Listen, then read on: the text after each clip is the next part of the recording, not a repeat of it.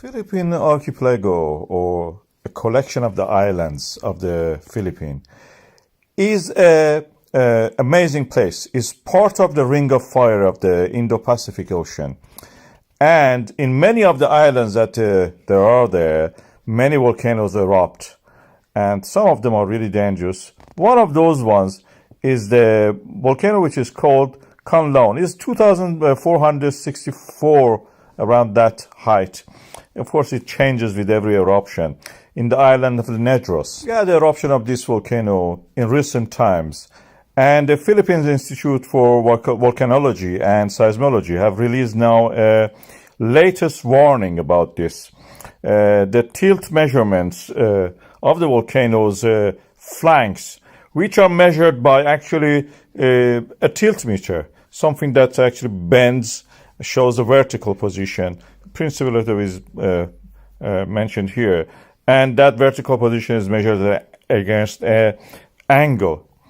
And so this is different from what we do. For example, in the Iceland, we use GPS for that. This is another way of doing it. It shows that the magma is underneath the volcano, is in a shallow depth.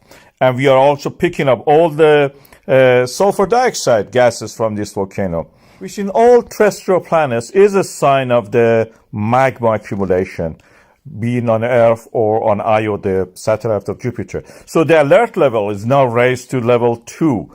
And this volcano is actually quite dynamic. We know that. Just looking at this image, I can say that there is an old volcano which has blown at its top, and a new volcano, a new Kanlaon volcano, I call it, has formed on the top of that. And this is a new dome, it's a felsic dome, you can see. It is erupting all the time. It's practically meaning that vegetation has no chance to grow on this, although this area should be lush vegetation, is almost tropical or near the tropics.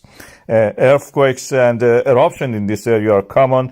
Eruptions release a lot of pyroclastic because this is a very water-rich magma in that area. This is the oceanic crust of the Philippine plate going in the Philippine trench underneath the islands and coming back as these volcanoes that we see. The latest eruption this year created a lahar and damaged the properties and crop of the people. So this is a volcano which is quite dangerous. We have to keep watching this. We have no evidence of the magma accumulation underneath this. And it's possible that we may have a magma at the shallow depth.